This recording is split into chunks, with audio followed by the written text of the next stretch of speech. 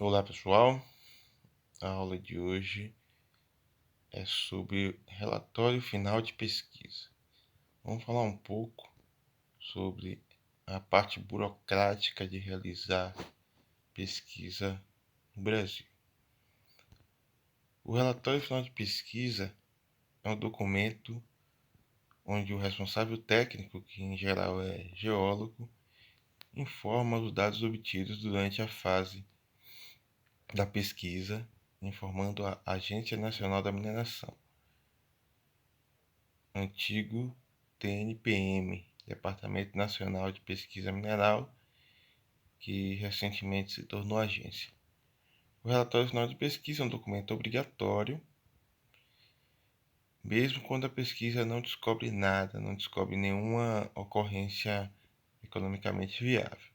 Nesse caso, é necessário emitir um relatório final de pesquisa negativo. Caso a pesquisa descubra uma jazida de ouro, de areia ou qualquer substância lavrável, economicamente viável, isso deve ser comprovado através do relatório final de pesquisa positivo. Bom, aqui um pouco do fluxograma, da parte legal. É necessário, antes de mais nada, antes de iniciar a pesquisa, fazer um requerimento de pesquisa mineral junto à ANM. Reparem que os quadros marrons são incumbências do minerador barra pesquisador, e em azul aparecerão as incumbências da ANM, Agência Nacional de Mineração. Então, a ANM emite um alvará de pesquisa que tem a validade de 3 anos. Como a gente viu muitas vezes nas aulas, nem sempre a pesquisa vai durar apenas 3 anos, né? A pesquisa pode durar muito mais de 3 anos. Então, nesse caso, é necessário emitir um relatório parcial de pesquisa 60 dias antes de terminar o prazo para renovar esse alvará de pesquisa. Bom,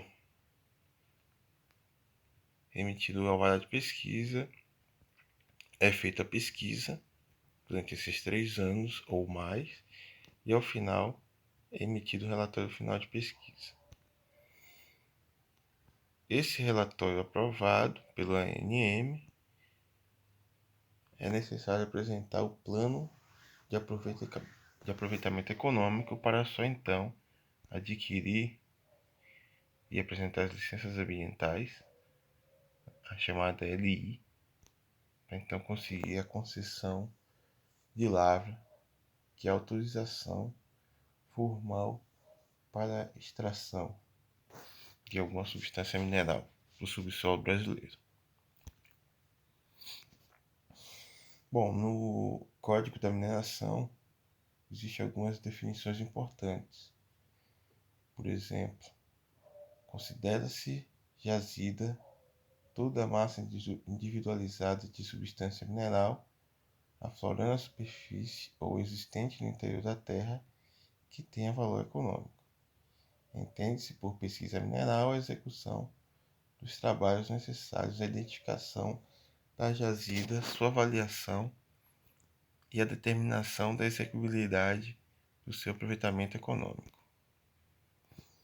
A pesquisa mineral compreende, entre outros, os seguintes trabalhos de campo e de laboratório: levantamento geológico pormenorizado da área a pesquisar em escala conveniente, estudo de afloramentos e suas correlações, levantamentos geofísicos e geoquímicos, abertura de escavações visitáveis e execução de sondagem no corpo mineral, amostragem sistemática, análises físicas e químicas das amostras e dos testemunhos de sondagem, ensaios de beneficiamento dos materiais ou das substâncias minerais úteis para a obtenção de concentrado de acordo com as especificações do mercado ou aproveitamento industrial.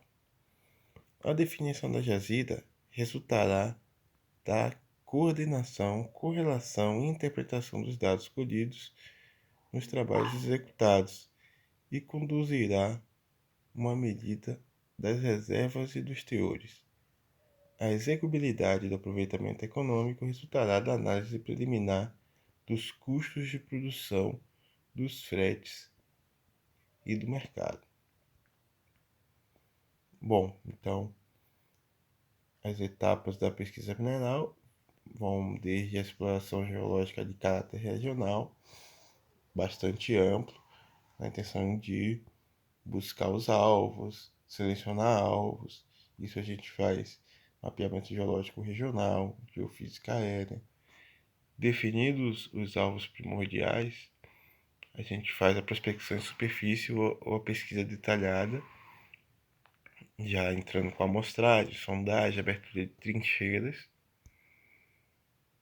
E com todas as informações ao final, a gente precisa ter dados suficientes para fazer modelagem de recursos, cubagem das reservas, para a gente ter uma avaliação econômica do depósito.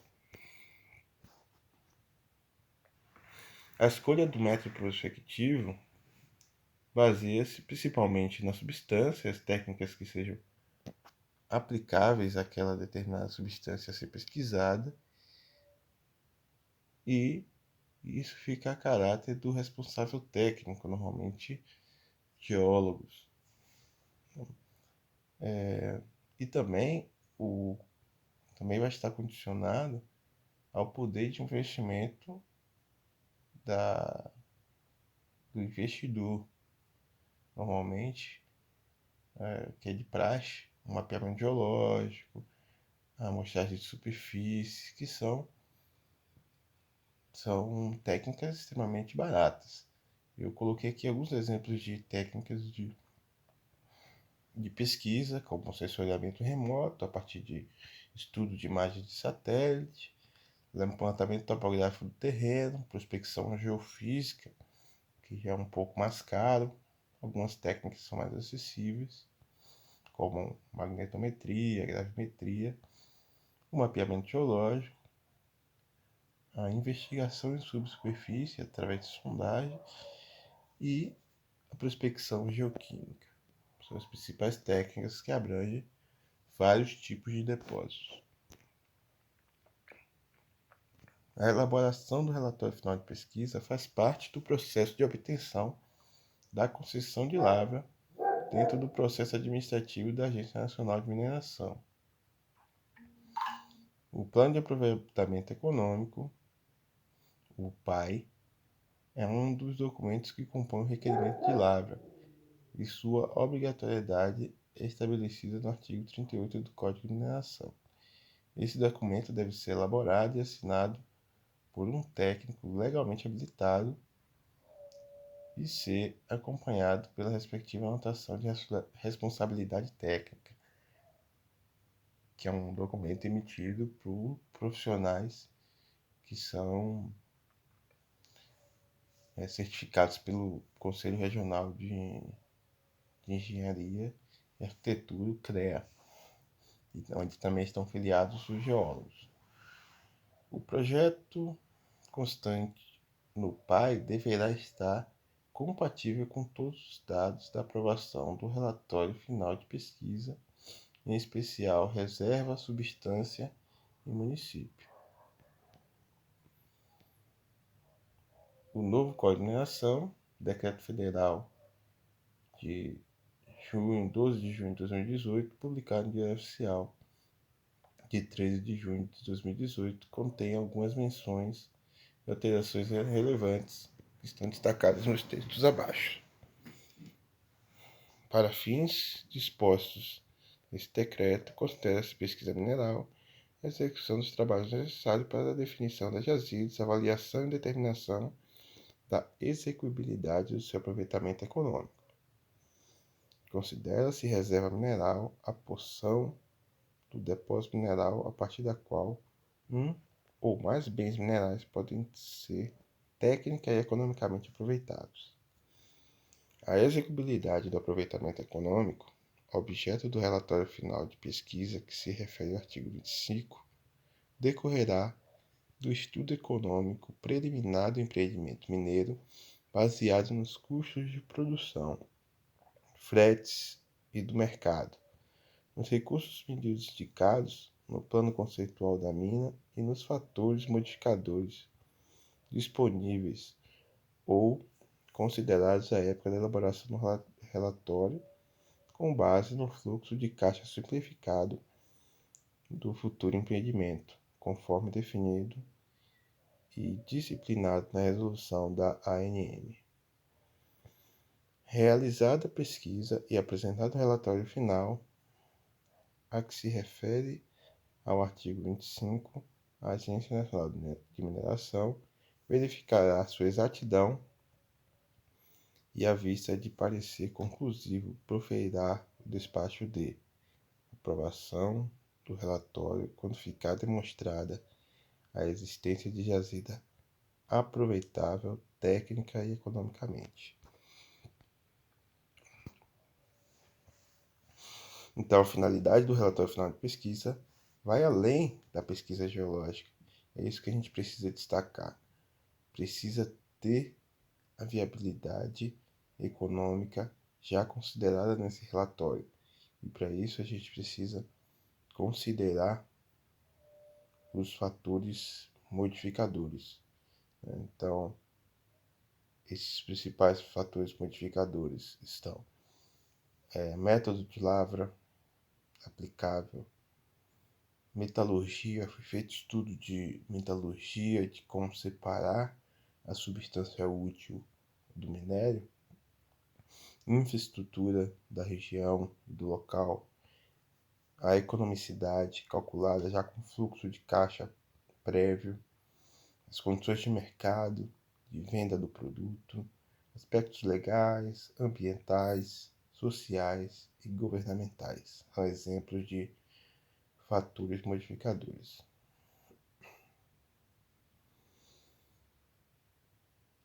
O que faz do relatório final de pesquisa um documento que extrapola a sua aparente limitação no seu conteúdo de dados e análises somente geológicos.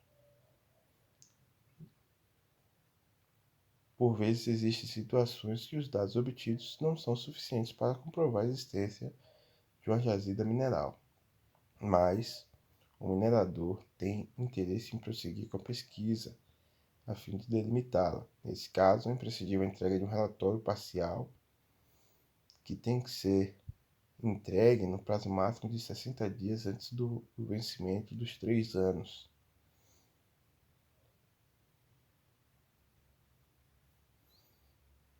Então, a abordagem hoje foi sobre a parte mais legal do processo de habitação de pesquisa. Vale ressaltar que, por exemplo, se você tem algum tipo de depósito no seu terreno, você pode também entrar com um pedido junto à ANM de autorização de lavra garimpeira. E aí não precisa de um processo de pesquisa, mas também tem um fluxo de produção bastante limitado. Eu coloquei aqui um vídeo para a gente assistir que faz um resumo de um trabalho de exploração de ouro nos Estados Unidos, onde vai desde a etapa regional, em busca de novos alvos, até a sondagem. Aproveite o vídeo.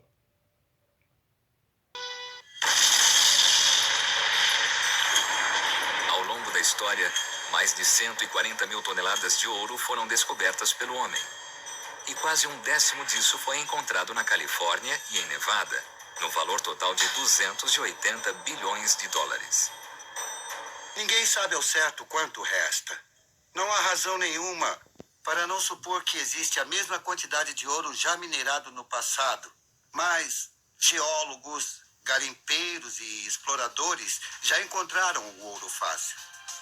No passado, garimpeiros e geólogos chegaram a esse ouro fácil, seguindo pistas geológicas expostas na superfície. As vastas áreas de Nevada estão cobertas com uma camada de lama e cascalho, produto da erosão das montanhas ao redor. Os geólogos acreditam que minas de ouro ainda se ocultam sob essa camada de cascalho, sem ser vistas por ninguém há milhões de anos. Encontrar todo esse ouro numa área de quase 300 mil quilômetros quadrados não é nada fácil. Mas um homem possui visão subterrânea graças a uma tecnologia pioneira.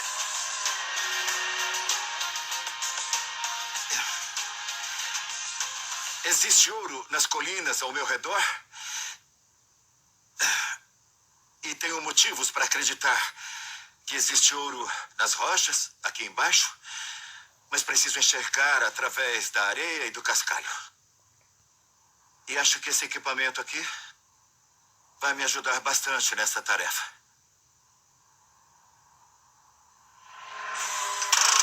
A Geoprobe não procura pedras, mas água que está a 60 metros da superfície.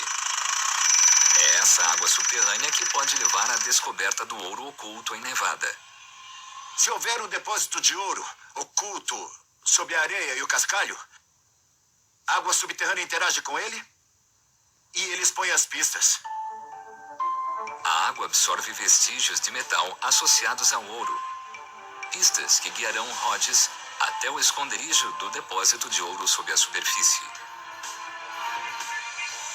Imagine uma barra de ferro enferrujando num balde de água. Os metais que saírem dessa barra de ferro, que está enferrujada, vão se disseminar por toda a água e, recolhendo amostras dessa água, saberemos que havia uma barra de ferro em algum lugar próximo. Do mesmo modo, vamos testar essa água e saber se há um depósito de ouro em algum lugar próximo. De certo modo, o depósito de ouro deixa uma espécie de rastro. Se encontrar parte desse rastro, Rhodes poderá segui-lo até encontrar o ouro. Depois de perfurar, Rhodes retira a água com uma bomba.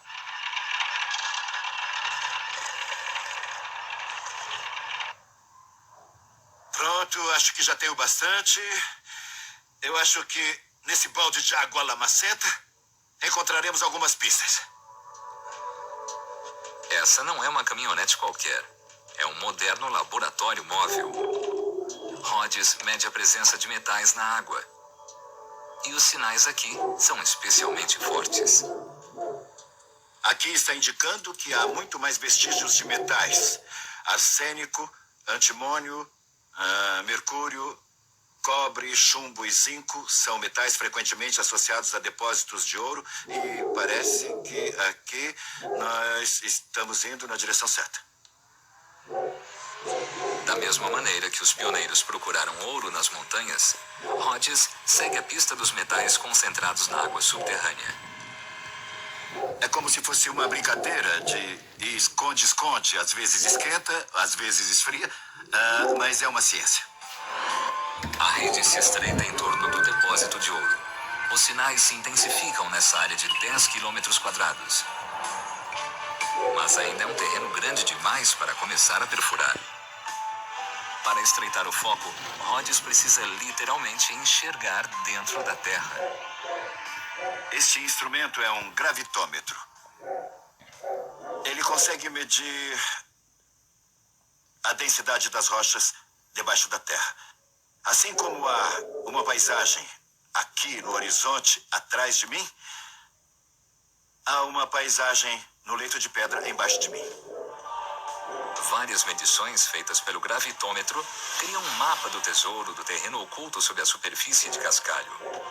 Com esse mapa de densidade das rochas, Rhodes pode precisar a provável localização do depósito de ouro. Ele encontrou uma fissura suspeita na terra, de quase 2 quilômetros a 75 metros da superfície. É um bom sinal, já que o ouro costuma se depositar em rachaduras profundas. É hora de começar a procurar ouro. A perfuratriz com ponta de diamante penetra a fissura e extrai um cilindro de rocha. Este é o primeiro de uma sequência de testes ao longo da rachadura, e os resultados são animadores. Depois de tantas andanças, eu finalmente consigo ver as rochas. pela primeira vez. Essas rochas estiveram escondidas durante milhões de anos e, para mim, é uma das coisas mais empolgantes desse campo de pesquisa. Estou vendo essas pedras antes de qualquer outra pessoa e posso compará-las com as rochas que vi em outros lugares das montanhas. Neste pedaço, há diferentes tipos de fragmentos de rocha.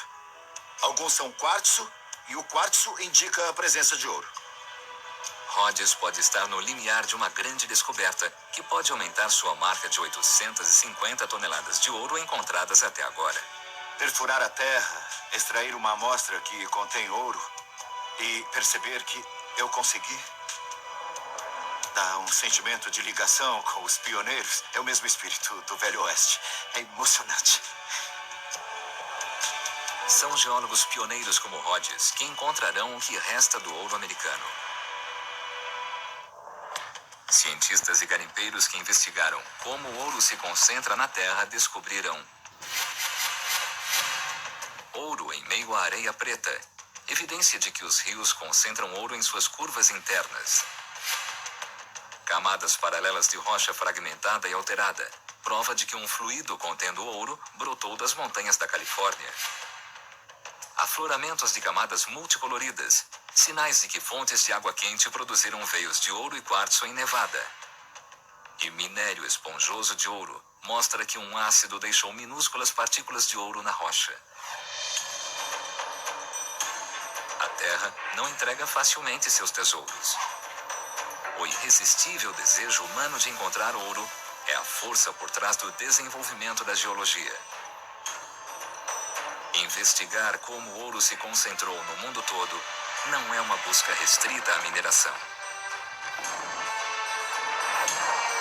É uma jornada épica que revelou como a Terra se transforma dinamicamente até hoje, após bilhões de anos de história planetária. Uma prova viva de que a Terra nunca descansa.